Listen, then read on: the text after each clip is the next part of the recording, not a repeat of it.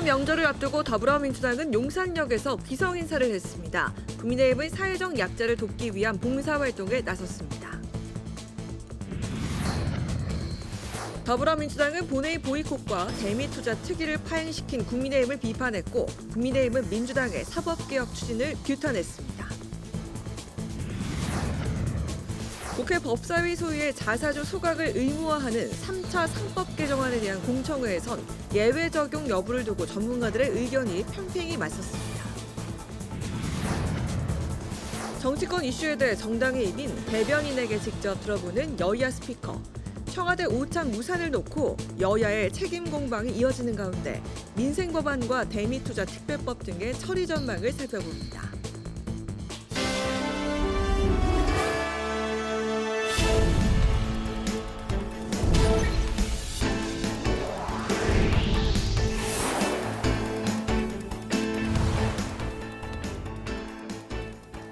여러분 안녕하십니까? 2월 13일 금요일 국회 라이브 6 시작하겠습니다. 더불어민주당 지도부는 설 연휴를 하루 앞두고 규성 인사를 위해 용산역을 찾았습니다. 국민의힘을 향해선 규탄 목소리를 내며 국익을 위한 협력을 촉구했습니다. 김동희 기자입니다. 더불어민주당 지도부는 설 명절을 앞두고 용산역을 찾아 시민들의 손을 잡고 웃는 얼굴로 인사를 건넸습니다. 당 지도부는 열차에 몸을 싣는 시민들을 향해 가족과 따뜻하고 평안한 시간이 되길 바란다고 전했습니다.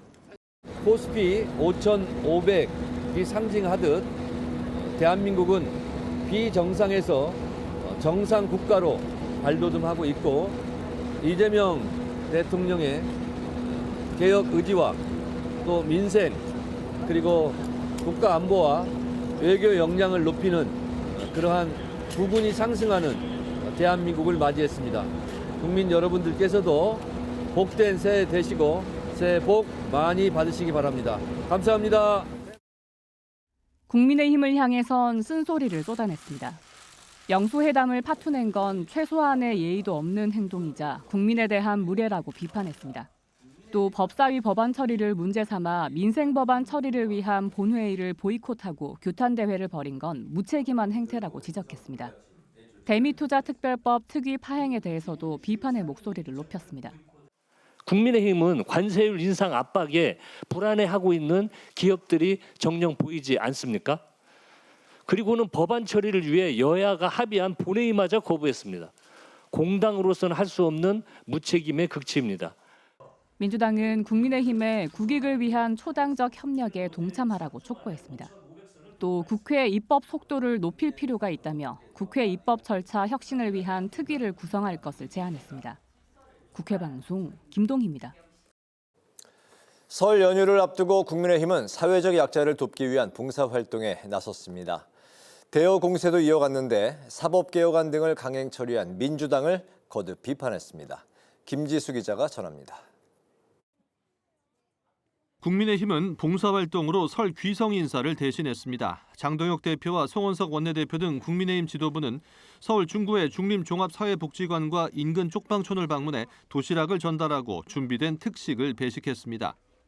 설을 맞아가지고 어려운 분들이 참 많이 있는데 이분들과 마음을 함께 나눈다라고 하는 점에서 여기 모든 분들이 동참해 주셔서 고맙고 장 대표는 대여 공세도 이어갔습니다. 청와대 오천에 불참한 것을 비판하는 민주당을 향해 사전 논의 없이 법안을 일방적으로 처리한 민주당에 책임이 있다고 주장했습니다.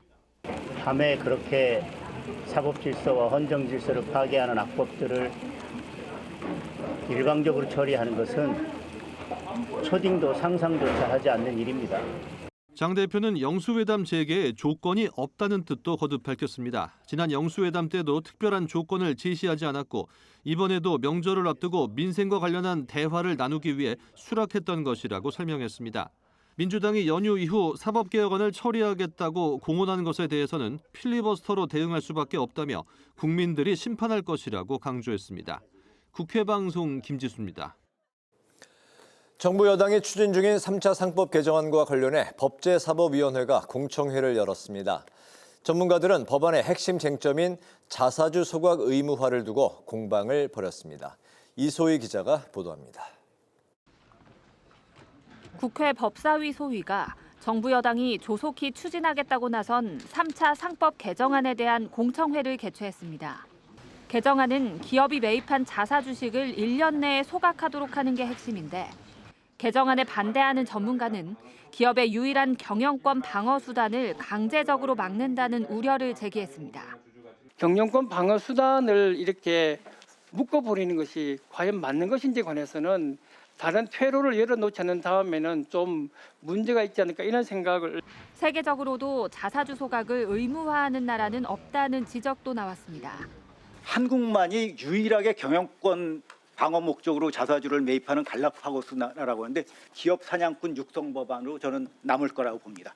법안에 찬성하는 전문가들은 예외 조항에 따라 자사주 소각을 강제하고 있지 않다고 반박했고 개정안은 굉장히 유연하기 때문에 이 법이 통과된다고 해가지고 반드시 소각할 필요가 없습니다. 소각하지 않고 주주의 동의만 받으면 보유를 할 수가 있고요. 주주 환원 정책을 강화하기 위해서라도 법안이 꼭 필요하다고 주장했습니다. 자기 주식의 편법적 활용을 금지하고 주주들을 보호하기 위한 안전장치를 마련했습니다. 여야도 찬반으로 팽팽히 맞섰습니다. 민주당은 코스피가 5,500을 찍은 이 시점에 주가 부양을 위해 개정안이 꼭 필요하다고 강조한 반면 국민의힘은 장기적으로 기업의 경쟁력을 떨어뜨릴 수 있다고 지적했습니다. 민주당은 공청회 의견을 반영해 빠르면 2월 임시국회에서 상법 개정안을 처리하겠다는 방침입니다. 국회방송 이소희입니다. 이번 설 명절 가족들과 나눌 정치권 이야기 중에 하나는 6월에 있을 지방선거가 될 것으로 보이는데요. 여야의 지방선거 준비도 속도를 내고 있습니다. 강민지 기자입니다. 6월 지방선거를 앞둔 설 명절, 이번 명절의 화두는 단연 지방선거가 될 것으로 보입니다. 더불어민주당은 이미 광역단체장 후보 공모를 마치고 예비 후보자 자격심사를 진행 중입니다. 특히 최근 공천 헌금 논란을 의식해 도덕성 강화에 주력하고 있습니다. 대통령의 국정 성과를 앞세운 정권 안정론도 연일 부각했습니다. 2026년은 온전히 이재명 정부의 계획과 철학으로 국정을 펼쳐나가는 첫 해입니다. 국민 여러분께서 염려하시는 물가, 부동산 등 민생 현안 또한 말이 아닌 실천으로 바로 잡겠습니다. 국민의힘 역시 정권 견제론을 통해 지지층 결집에 주력하고 있습니다. 또 윤 어게인과의 거리두기에 나서면서 외연 확장에도 공을 들이는 중입니다. 연휴 이후엔 1차 인재 영입 결과를 발표하고 새 당명도 공개하며 지선 준비에 박차를 가할 예정입니다. 지방선거를 앞두고 국민의힘이 이재명 정부나 민주당보다 더 어른들을 살피는 그런 정책들을 만들어서 발표하겠습니다. 이런 가운데 이번 지방선거는 각 당의 연대가 변수가 될 전망입니다. 민주당은 조국혁신당과의 합당 추진을 지방선거 이후로 미뤘는데 이런 상황에서 지역구 지분 문제나 공천 주도권 등을 고려하면 혁신당과 실제 연대까지 이어질지는 미지수입니다. 연대는 통상 선거 연대를 상상하실 텐데 대표 이 발표에서 선거를 빼고 연대만 발표한 것은 지금 현 단계에서 선거 연대를 논의하기에는 이르다라고 하는 그런 의미가 포함이 되어 있습니다. 국민의힘은 이른바 쌍특검을 고리로 손을 맞잡았던 개혁신당과의 연대, 윤 전 대통령과의 절연 등을 두고 제동이 걸렸습니다. 연대를 해서 무엇을 얻을 수 있냐가 명확하지도 않고, 그럼 연대를 한다고 했을 때 어떤 과정을 거쳐야 될지도 명확하지 않고 그런 상황 속에서 연대하지 않죠. 다만 선거가 임박할수록 수도권 등 격전지를 중심으로 여야 모두 지지층의 단일화 요구가 거세질 수 있어서 막판 변수로 남을 전망입니다. 국회방송 강민지입니다.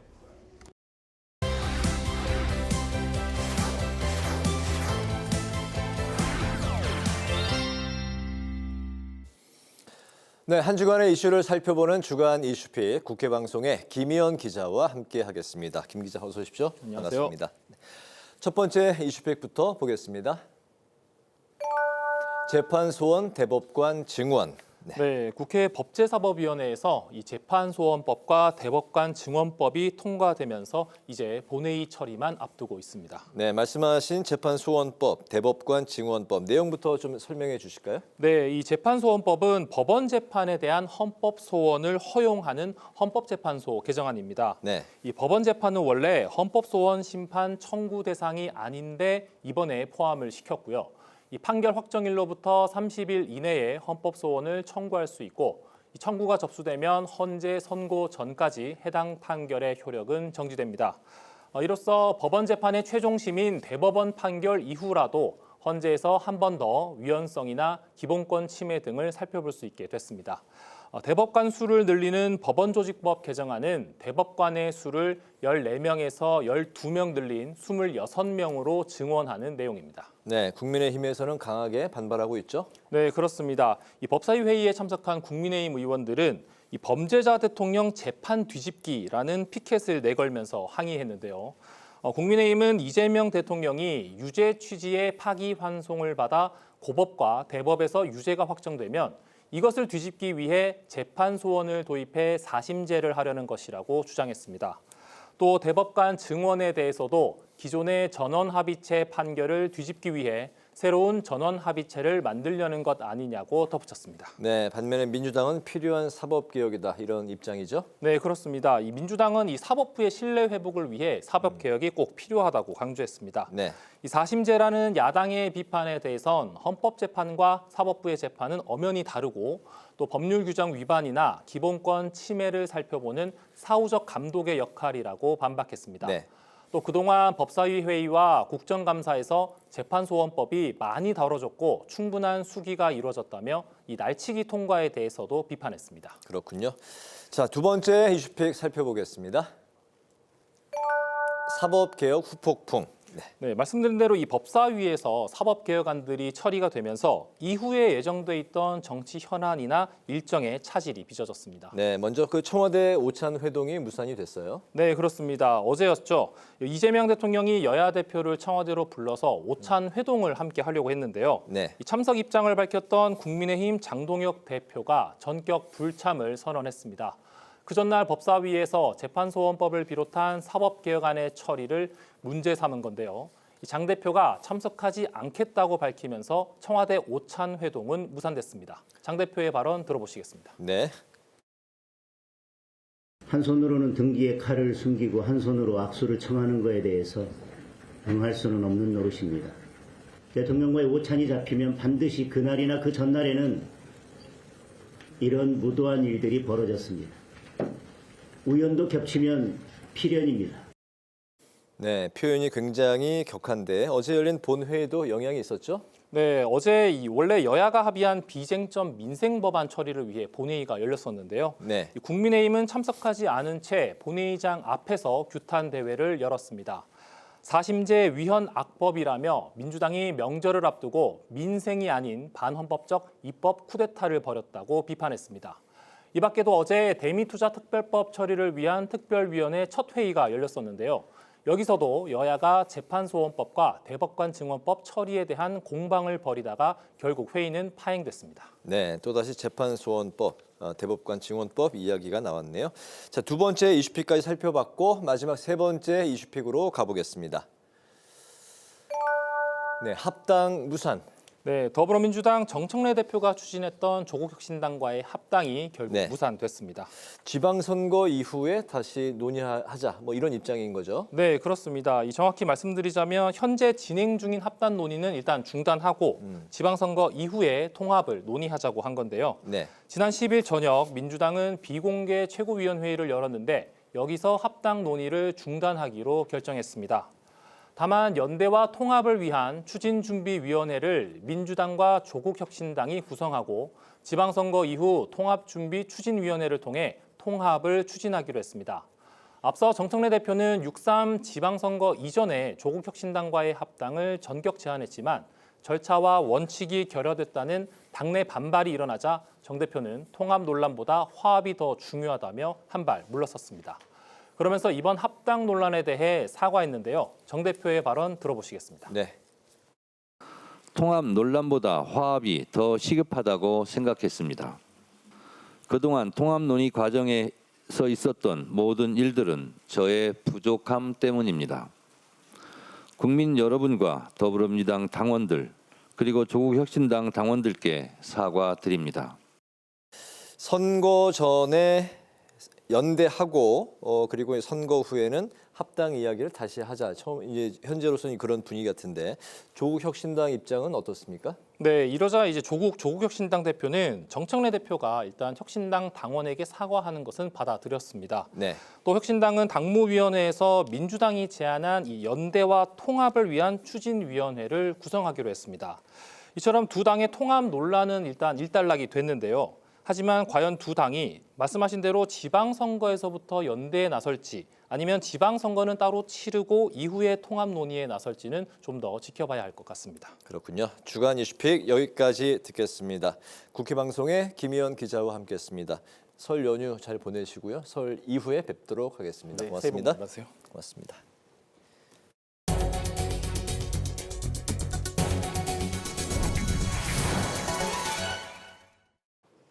더불어민주당은 2월 임시국회에서 대법관 증언과 재판소원제 등 사법개혁안을 반드시 처리하겠다고 밝혔습니다.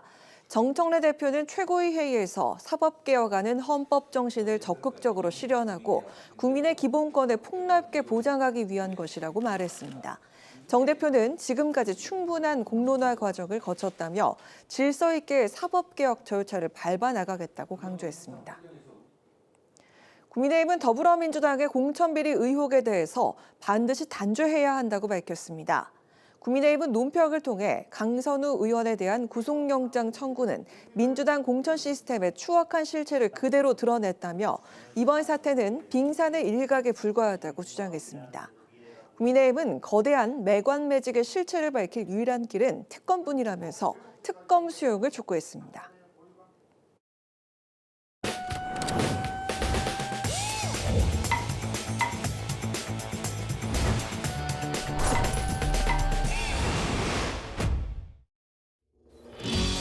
국회 속 다양한 이슈를 알기 쉽게 쏙쏙 뽑아 전해드리는 신동진의 국회 속. 오늘 주제는 행정통합 특별법 속도전입니다.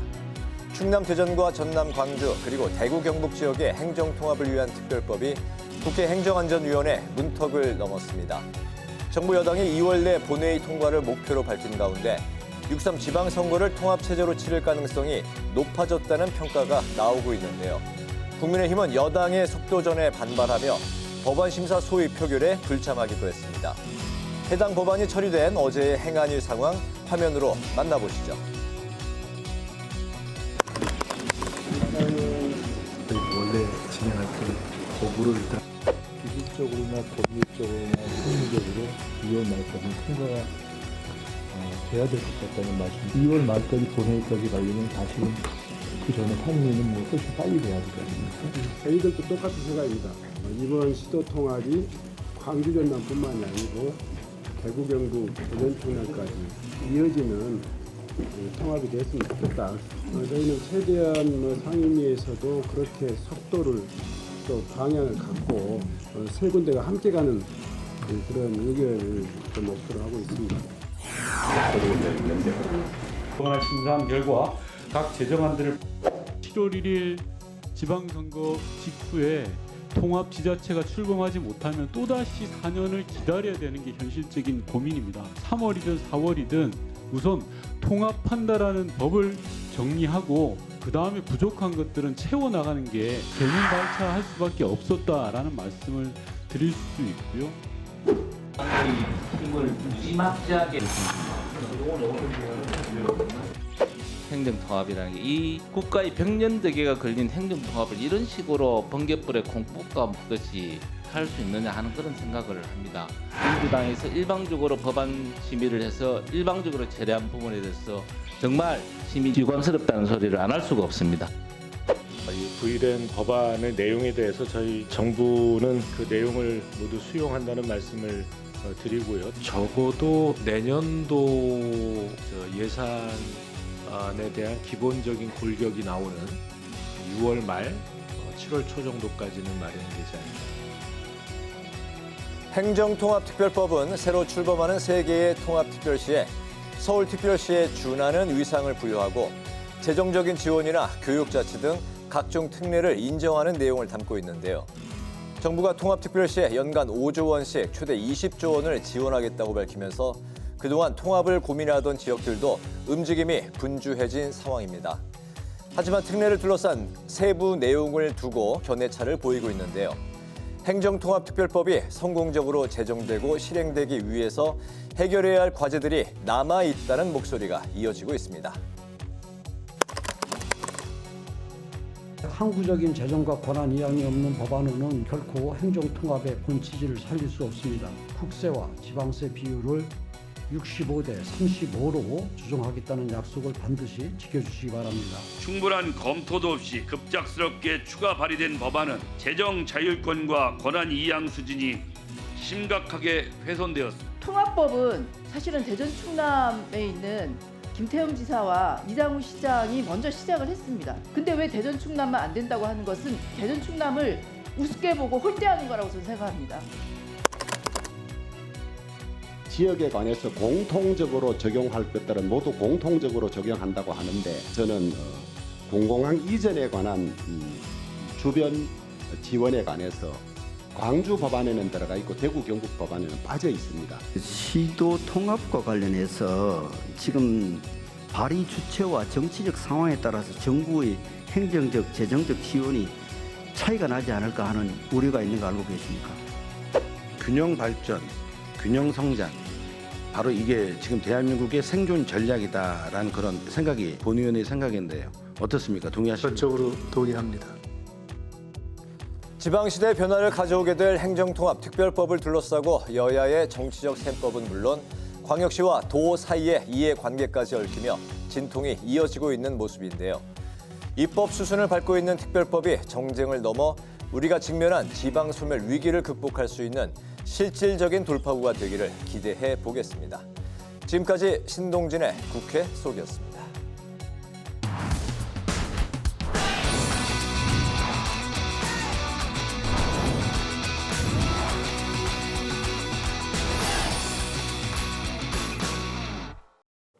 정치권의 가장 뜨거운 이슈에 대한 입장을 양당 대변인에게 직접 들어봅니다. 여야 스피커, 박경미 더불어민주당 대변인, 이준우 국민의힘 대변인 두 분과 함께합니다. 반갑습니다. 반갑습니다. 네, 여야는 청와대 오찬 무산을 두고 오늘도 공방을 이어갔습니다. 여당은 약속한 오찬에다 본회의까지 외면했던 노쇼 정치다라고 공세를 폈고요. 국민의힘은 이게 협치쇼가 아닌 상식을 원한다 이렇게 맞받았습니다. 모처럼 마련됐던 협치의 기회가 무산된 이 책임을 여야 각기 내부에서도 비판의 또 여론이 있는 것 같습니다. 각 당의 분위기 좀 들어보도록 하겠습니다. 먼저 여당 측부터 들어보도록 하겠습니다. 네, 이번 영수회담이 어떻게 마련된 것이냐. 장동혁 대표가 지난번 교섭단체 대표 연설을 통해서 강력하게 제안을 한 것이잖아요. 그것을 이제 들어주어서 마련된 테이블인데 그거를 걷어찼죠. 그것도 1시간 전에. 물론 이번이 처음은 아닙니다. 1월에 있었던 여야 지도부 오찬도 단식을 이유로 해서 또 걷어찼었는데요. 이번에 이렇게 거부한 이유가 재판 소원 그리고 대법관 증언법에 대한 그런 문제의식 때문에 이 회동을 거부했다고 하는데 저는 참 그 명분과 실리를 다 잃은 것 같아요. 왜냐하면은 이 영수회담을 하게 되면은 공개 모두 발언이 있잖아요. 그때 재판 소원이나 그 대법관 증언과 관련해서 거기서 이제 비판을 하면은 훨씬 더 공개적으로 더 큰 스피커로 이야기를 할 수가 있었는데 그 기회를 이제 날려버린 것이고 특히나 1시간 전이었잖아요. 이제 임박해서 그렇게 취소를 함으로써 또 정치적인 신뢰도 잃었고요. 그리고 타임라인을 이렇게 보면은 그제 2시쯤 청와대에서 회동을 제안을 해서 바로 장동혁 대표가 수긍을 했고요.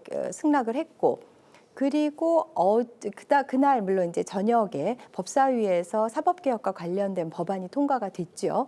그리고 어제 9시 국민의힘 최고위원회에서 처음에 장동혁 대표가 영수회담 간다고 얘기를 했어요. 그런데 이어지는 최고위원들의 발언 그러니까 김민수, 신동욱, 뭐 양향자 최고위원들이 좀 반발을 하니까 그리고 전한길 강사가 좀 지령을 내리니까는 갑자기 번복을 해서 안 오겠다고 했단 말이에요.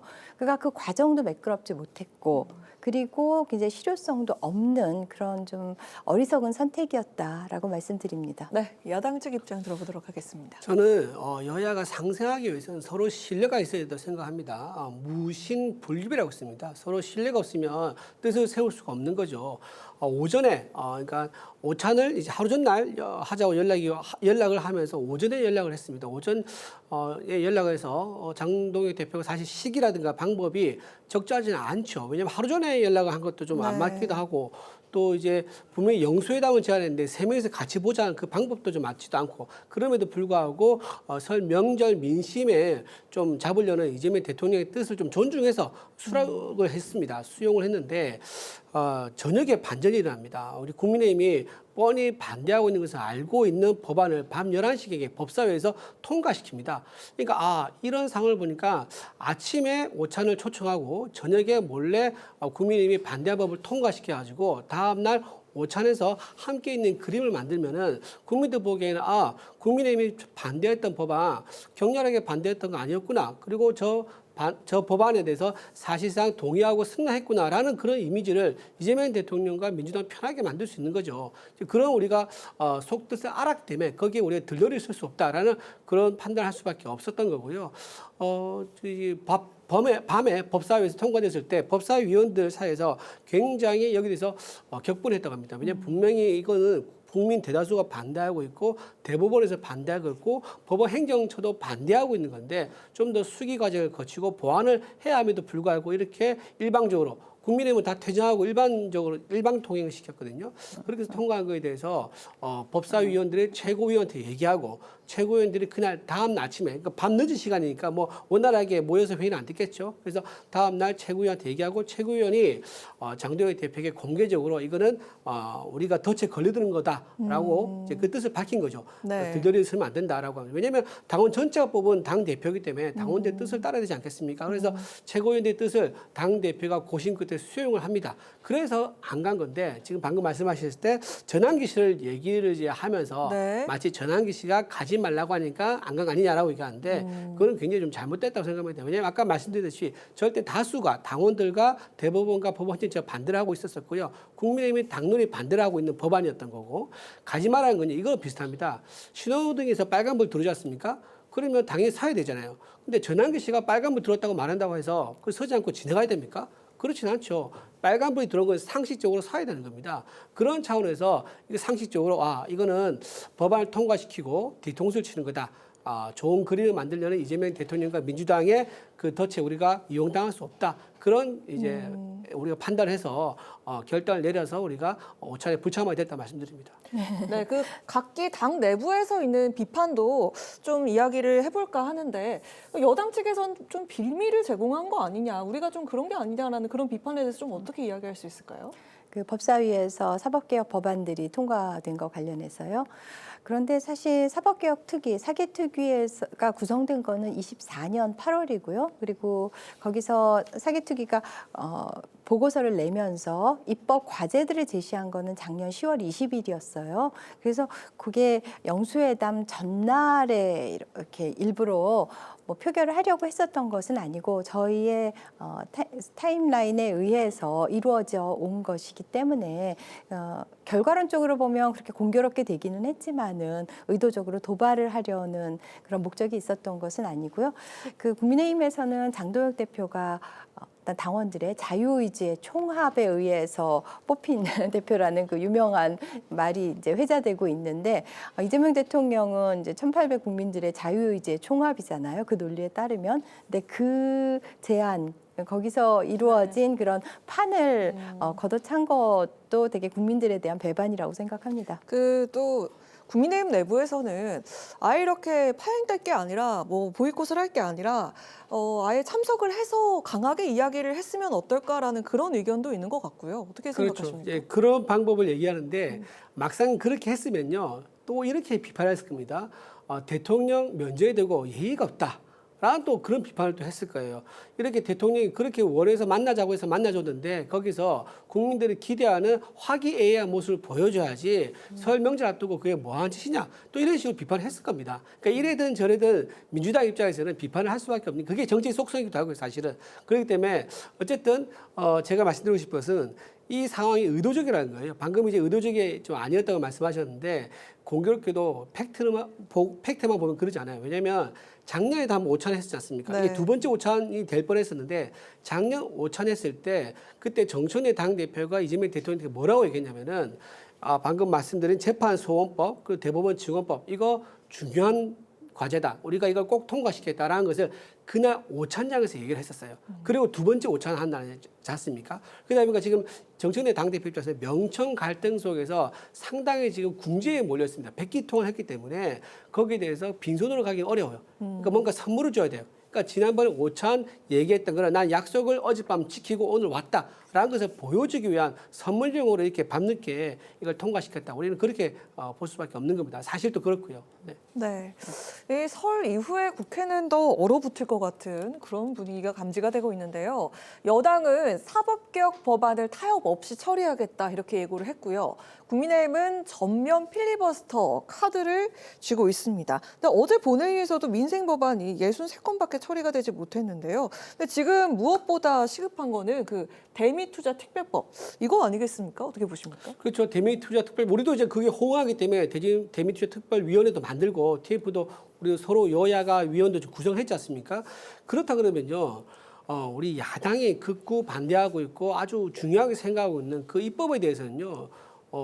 모든 것을 다 가진 집권 여당에서 좀 배려를 해줘야 됩니다. 그래야지 얘기가 된 거지. 아무리 집권 여당이라고 하지만은 모든 것을 자기 마음대로 하겠다 이러면 국회에서 논의가 되겠습니까?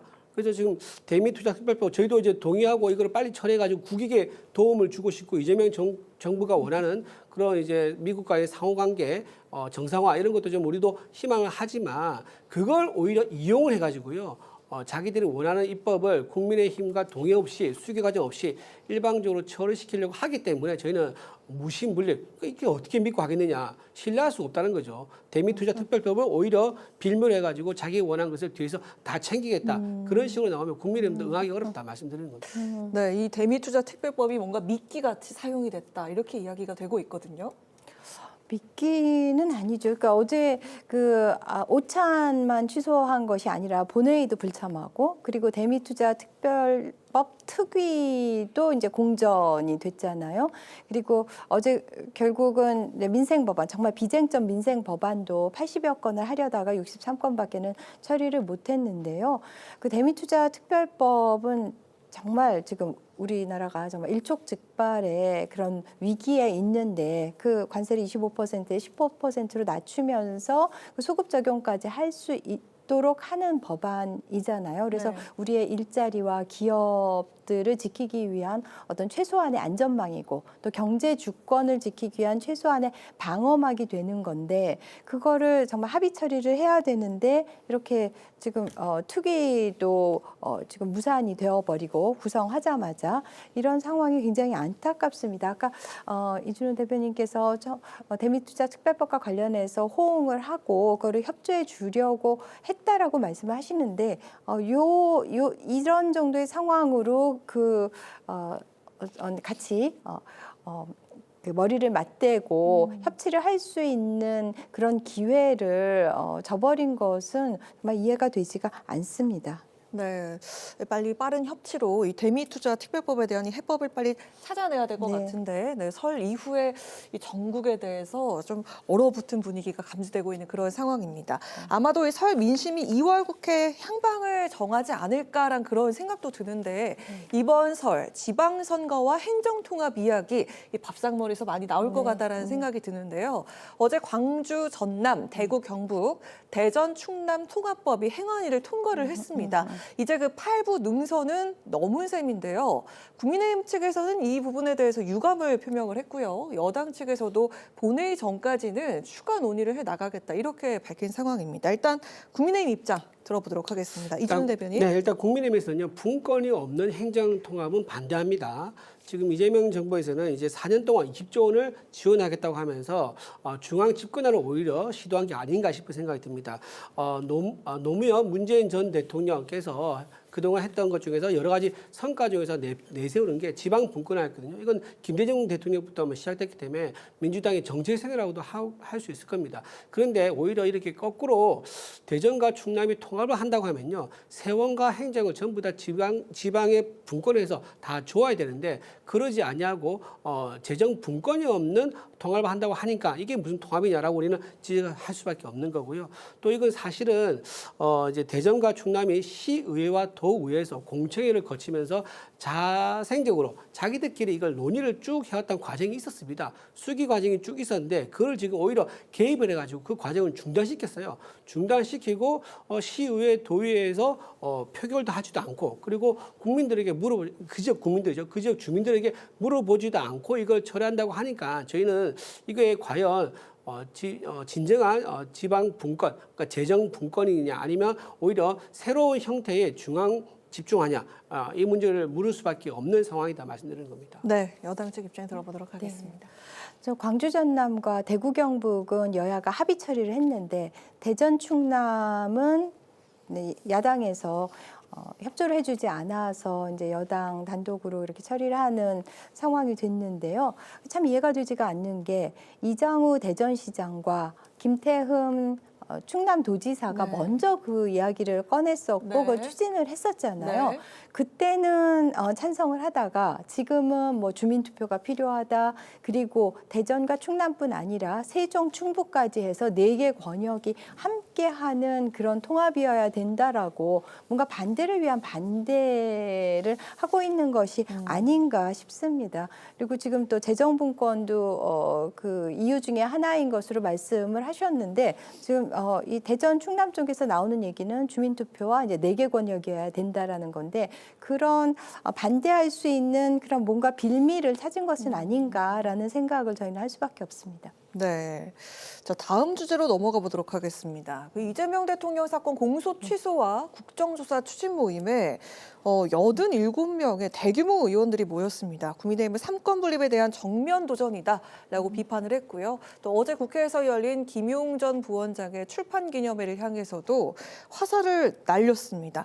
자, 이 상황에 대해서 어떤 분께서 먼저 말씀하시는 게 좋을까요? 네, 먼저 이준우 대표님 들어보겠습니다. 지금 이제 공소 취소를 위한 모임을 만들었다는 것은 정말 사법부를 이렇게 희롱하고 우습게 할 수가 있는가? 사법부의 판단은 존중해야 되는 거죠. 여야 없이 존중해야 되는 거죠. 왜냐하면 사회 전체를 받드는 가장 마지막 보루이자 기둥이 사법부입니다. 사법부가 바로 서야지 사회 전체 조직이 건전하게 작동할 수가 있는데 그 사법부를 자기들 원하는 대로 정치적 목적으로 다루기 위해서 87명이 되는 사실상 민주당 전체 의원들의 절반이 넘습니다. 90여 명 되니까 절반 넘는 의원들이 이런 사법부의 어떤 결단이나 판단을 독립성을 흔드는 이런 모임을 가졌다는 자체가 굉장히 우려된다 말씀을 드리고 그리고 겉으로 이제 이렇게 사법부를 흔들겠다 또는 이재명 대통령을 보유하겠다 이런 뜻이지만 실제 그 내막은요 아마도 8월에 있을 전당대회를 겨냥한 거 아닌가 싶습니다. 이렇게 해서 이재명 지지 세력을 만들어서요 8월에 있을 전당대회 때 정청래 당대표가 지금 연임하는 게 목적 아니겠습니까? 이 모임이 그대로 목표만 바꾸면 됩니다.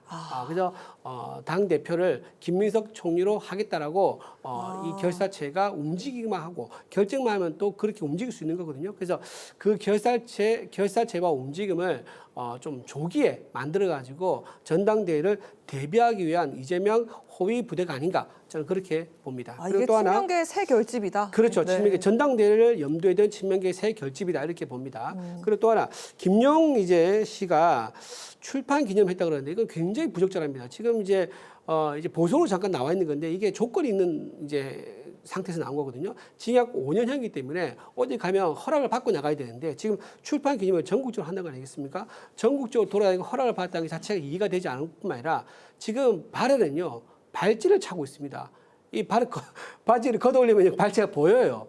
근데 그런 상태에서 본인이 사법부를 조롱하고 사법부가 이제 또 검찰 조직이 자기를 조작 기소했다라는 식으로 그렇게 떠들고 다니고 또 재판부가 자기에 대해서 유리한 판단을 해야 된다고 주장하고 다니고 또 이 출판 기념회에 민주당 의원들 한 50여 명이 참석했다고 그러더라고요. 거의 의총장을 방불케 하는 대규모로 많은 민주당 의원들이 모였거든요. 이게 왜 모였겠습니까?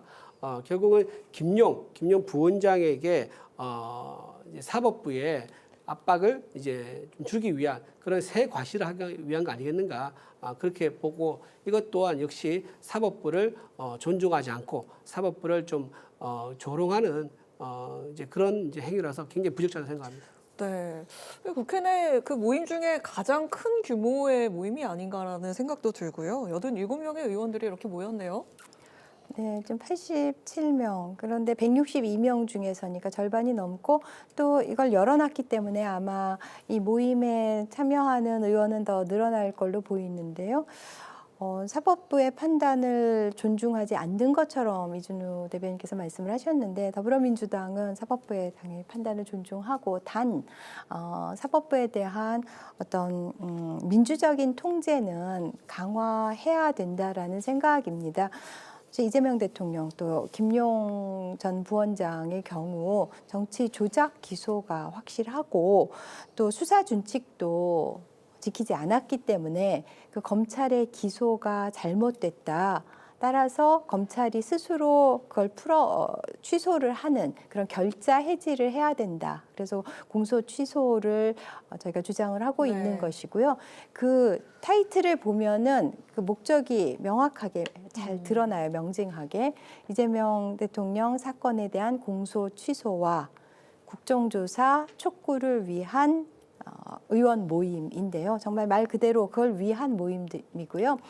그것을 이제 뭐 친청, 친명 갈등으로 해석하는 분들이 있는데 거기 상임 대표는 박성준 의원이고 공동 대표는 윤건영 의원과 김승원 의원이에요. 근데 윤건영 의원은 뭐 대표적인 친문 인사죠. 뭐 친문이라고 해서 뭐 친명이 아닐 것은 아니지만은 그래도 이제 보통 친문과 친청이 이렇게 같이 이렇게 해석을 하는 경향이 있기 때문에 이것은 어떤 계파 간의 갈등과 그것에 따른 모임 결성으로 해석하는 것은 좀 무리가 있습니다. 그리고 이건태 의원이 간사인데 2달 전부터 계속 준비를 해왔기 때문에 지금 언론이 이제 계파 갈등을 많이 조장을 하고 있는데 그것이 뭐 표면화되었다면은 최근 일인데 그 훨씬 이전부터 이거는 준비되어 온 일이라는 점을 다시 한번 말씀드립니다. 네, 방금 조금 말씀드리면 말씀하시죠. 민주당의 박모 대변인이 이제 친청의 대명상 친청의 이제 대표 주자 중에 한 명이거든요. 박모 대변인이요? 네, 제가 뭐 이름을 밝히지 않겠습니다. 근데 그분이 이 모임에 가입을 하겠다고 해서 가입 신청서를 제출했어요. 근데 이번에 공개된 명단에는 그 이름이 없는 거예요. 이게 무슨 의미냐면은 친명계가 아니면은 자기들끼리 모여가지고 그 명단을 반려한다는 거예요. 포함을 시키지 않는다는 거예요. 그렇기 때문에 이게 계파 모임이다라고 이제 밖에 볼 수 없다라고 근데 거기에 대해서는 좀 말씀드릴게요. 그냥 뭐 실명을 밝혀도 상관이 없을 것 같은데 왜냐하면 언론에 나기도 했으니까 박수현 수석 대변인하고 한민수 비서실장은 가입을 신청서를 냈는데 그게 받아들여지지 않았다. 그래서 이렇게 뭔가 성향을 심사해서 받기도 하고 받아들이지 않기도 한 거 아니냐라는 해석도 있는데요. 그 2월 9일까지 내라고 했는데 조금 늦게 냈다고 하고요. 아마 그걸 열어놨기 때문에 나중에 받아들여지지 않을까 생각을 합니다. 그거는 이제 추후에 상황을 보면은 판명이 될 것 같습니다. 실명은 거론이 됐습니다. 실명 뭐 보도됐다는 거니까. 네, 알겠습니다. 저희 시간 관계상 마지막 질문으로 넘어가 보도록 하겠습니다.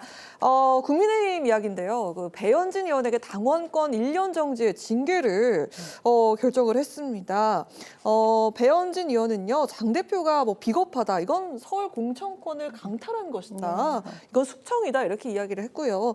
한동훈 전 대표, 김종혁 전 의원, 재명의 의원 중징계인데요. 이 중앙당의 공천권 강화를 위한 당원 당규 개정과 맞물려서 친한계 배제가 이어지고 있는 것 같습니다. 당내에선 장악력을 높이고 밖으로는 외연 확장에 나서는 듯한 그런 행보인데 지금 어떻게 보시는지 박경미 대변인부터 들어보도록 하겠습니다. 글쎄요. 그러니까 당원권 정지 1년이라는 중징계가 나왔어요. 한동훈 전 대표, 김종혁 전 최고에 이어서 이제 찍어내기가 시작이 된 것인데, 물론 명분은 이제 뭐 아동 사진과 관련해서라고 하지만은 뭐 누가 봐도 그거는 한동훈 전 대표의 제명에 대한 어떤 반대 서명을 주도했기 때문이겠죠. 참 그러니까 사실 이런 기미는 얼마 전부터도 보였는데요. 국민의힘은 50만 명 이상의 경우는 기초단체장도 중앙당에서 공천을 하겠다고 했어요. 그러면 딱 어디가 떠오르느냐? 송파구, 강남구. 50만이 넘죠. 강남구에는 고동진 의원이 있고 송파구에는 배현진 의원, 박정훈 의원, 대표적인 친한계고, 그리고 김근식 당협위원장. 그러니까 그 친한계가 장악하고 있는 기초단체장은 중앙당에서 공천을 하겠다는 그런 표명을 한 것으로 봐서 이번 6.3 지방선거에서 그분들이 친한계가 공천을 하지 못하도록 하겠다라는 기미가 보였는데, 오늘 이렇게 중징계를 함으로써 시당위원장 자격도 당협위원장 자격도 다 박탈이 되니까 공천권을 갖지 못하겠죠. 근데 이런 정말 보복성 징계가 중도 외연 확장에 있어서는 저는 도구로 작용을 할 것이라고 보는데요. 그래서 좀 안타깝습니다. 상대당 이야기기는 하지만. 안타깝다라는 이야기가 나왔습니다. 지금 이제 친한계와 민주당에서는 이 사안을 이제 보는 게 똑같은 시각에서 보는 것 같아요. 친한계도 똑같은 시각. 친한계도 그렇고 민주당도 그렇고 이거는 정치 보복이다라고 보죠. 왜냐하면 그렇게 해야지 이게 얘기가 되고 계속 내분이 있는 거니까. 내분이 있는 거고, 내분이 있으면 뭐가 되죠? 지방선거에서 우리가 불리해지죠. 그 민주당에서 이기고, 그리고 친한계도 이기죠. 왜냐하면 만약에 이번 내분 때문에 지방선거 패하지 않습니까? 그럼 당 지도부 교체 요구 나올 거란 말이에요. 그러면 친한계 인사를 내세워서 당 지도부로 옹립을 하고, 그러면 한동훈 전 대표를 복당시킬 수 있으니까 민주당도 이기고 친한계도 이기기 때문에 이 사안을 정치적 보복이라고 똑같이밖에 볼 수 없다라고 보고요. 저는 한동훈 전 대표는 일단 사안이 정치 보복이라고 뭐 일부 주장하는 사람도 있지만은 명백하게 당원 게시판에 여론 조작 사건 때문에 징계를 받았다고 말씀드리고, 민주주의의 가장 핵심 기본 요체는요, 공론장의 정상적인 기능입니다. 아고라가 제대로 형성되지 않으면은 이건 민주주의가 왜곡되고 여론이 왜곡되기 때문에 제대로 민주정치를 할 수 없지 않습니까? 그래서 그런 것들이 우리 내부에서 일어났단 말이에요. 그래서 이건 심각한 사안인 거고, 또 과거에 이제 그죠, 그 경남 도지사 하셨던 분, 그분은 이 여론 조작, 그러니까 포털 사이트의 여론 조작 혐의 때문에 징역 2년까지 살았던 이제 김경수 지사죠. 제가 이런 생각나는데, 김경수 지사가 진짜 2년까지 살았다 아주 중차대 범죄란 말이에요. 근데 이건 가지고 우리가 그냥 넘어갈 수가 있습니까? 우리 당 내에서 일어난 민주주의 질서 회복이기 때문에 중징계를 할 수밖에 없었고요. 김종혁 의원도 마찬가지로 방송에 나가지고 이거 한두 번 비판 목소리 내는 거 전혀 문제가 없습니다. 비판하는 것 자체는 당연한 거고 자연스러운 거고 건강한 민주주의죠. 근데 그러지 않고 특수한 정치적 목적을 가지고 해당 행위 발언을 계속 지속적으로 집요하게 한 거예요. 그래서 이것은 그냥 넘어갈 수 없죠. 과도하기 때문에. 그래서 징계를 받은 거고, 배현진 의원은 이번에 징계받은 사유가 전혀 정치 보복 관계가 없습니다. 본인은 서울시당 위원장의 명의로 해가지고 장동혁 대표의 어떤 그 비판적인 성명을 주도했다 해가지고 징계받은 것처럼 본인은 주장하고 있는데, 사실은 그게 아니라 이번에 명확하게 나왔죠. 아동청소년법 위반. 그러니까 본인에게 SNS로 누가 비판적인 목소리를 냈었는가 봐요. 그랬더니 그 비판적인 목소리를 낸 사람의 페이스북에 있는 아이 얼굴 캡처해가지고 자기 SNS에 올린 거예요. 그리고 나흘 동안 그거를 공개를 한 겁니다. 근데 이거 굉장히 잘못됐어요. 왜냐하면은 아이스크림 가게에서 실제로 선례가 있습니다. 아이스크림 가게에서 한 초등학생이 아이스크림 하나를 계산 안 하고 가져간 거예요. 그래서 그 CCTV 영상을 모자이크 처리하지 않고 1시간 반 동안 외벽에 붙여놨었어요. 그걸로 벌금 400만 원을 받았습니다. 그러니까 이건 굉장히 나흘 동안 했으니까 훨씬 더 중대한 사안인 거죠. 그렇기 때문에 아동청소년법 위반에 대해서는 모범을 보여야 될 국회의원이자 서울시당 위원장으로서 이거는 징계를 피할 수 없는 사안이었다. 그런 말씀드립니다. 네, 오늘은 여기까지 들어보도록 하겠습니다. 자, 이제 설 연휴가 시작이 될 텐데요. 이번 설엔 여야를 향한 다양한 민심의 목소리들이 쏟아지고 정치권도 국민 여론의 귀를 기울였으면 하는 바람입니다. 여야 스피커, 지금까지 박경미 더불어민주당 대변인, 이준우 국민의힘 대변인 두 분과 함께했습니다. 고맙습니다. 감사합니다. 고맙습니다. 오늘 국회 라이브6 여기까지입니다. 편안하고 즐거운 설 연휴 보내시길 바랍니다. 고맙습니다.